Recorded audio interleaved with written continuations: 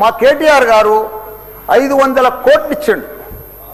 చెత్తతోటి current తయారు చేసే ఉత్పత్తి ప్లాంట్ ఆడ తయారు చేస్తాం. అది కాకుండా 144 కోట్లతోటి క్యాపింగ్ పెట్టిన మొత్తం మట్టి పోసి గడ్డి పెట్టి అది గుట్ట లెక్క తయారు చేస్తాం.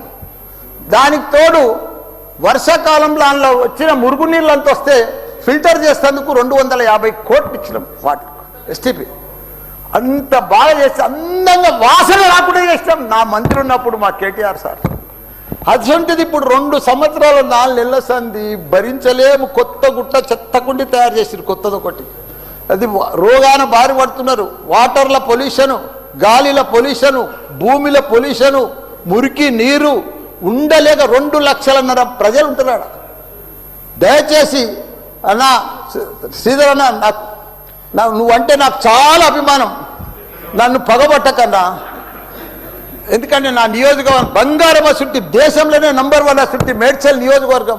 దాన్ని తుకుడలు అచలం కుతలం చేసేది. దాన్ని ఇప్పుడు దాన్ని 61 గ్రామాలు ఉంటే 3 మున్సిపాలిటీ కార్పొరేషన్లు ఉండే, 7 మున్సిపాలిటీ ఉండే. దాన్ని తీసుకుపోయి మొత్తం జిహెచ్ఎంసీ చేసారు. ఇప్పుడు 16 వార్డులు చేసారు. దాన్ని ఒక మోరీలు లేవు, రోడ్లు లేవు, డ్రైనేజీలు లేవు, కరెంట్ స్తంభాలు లేవు, ఏమీ లేదు. ఇంకా మారుమూలు గ్రామాలే ఉన్నాయి, పెంకిటిల్లే ఉన్నాయి.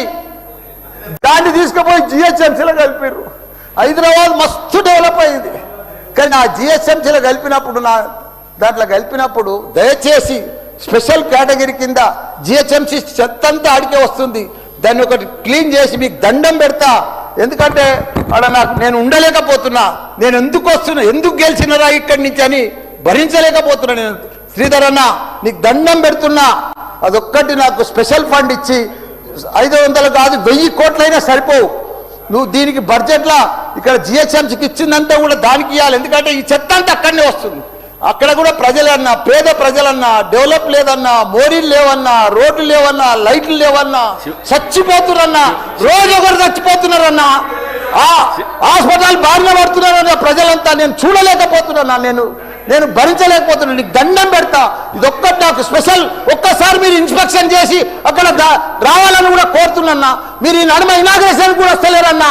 ఆ మహేందర్ రెడ్డిని పంపిస్తురన్నా. మీరు కావాలనే వస్తురన్నా, కుట్ర పంతురన్నా, నా మీద కుట్ర పంతురన్నా.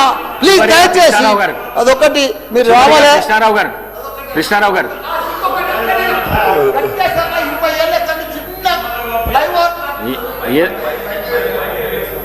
మైక్ లేకుండా సరే అన్న చెప్పేస్తా.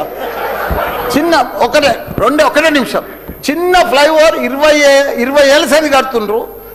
డబ్బులు లేకపోతే కూడా నేను 2 కోట్లు బదలిప్పించి ఆయన 90% కంప్లీట్ చేసిన. ఆయనకు 4 కోట్లు రావాలి. 3 చచ్చిపోయారు. ఇడికి ఆ ఫ్లైఓవర్ బంద్ ఉన్నది గట్కేసర్లా. దయచేసి ఆ 4 కోట్లు రిలీజ్ చేపి అన్న, నీకు దండం పెడతా. ఆ గట్కేసర్లా ప్లీజ్ అన్న. నీకు లెటర్ కూడా ఇచ్చినా, నీకు మొత్తం ఐడియా ఉంది దానికోసం. థ్యాంక్ యూ అన్న, థ్యాంక్ యూ అన్న. చివరిగా కృష్ణారావు గారు ధన్యవాదాలు.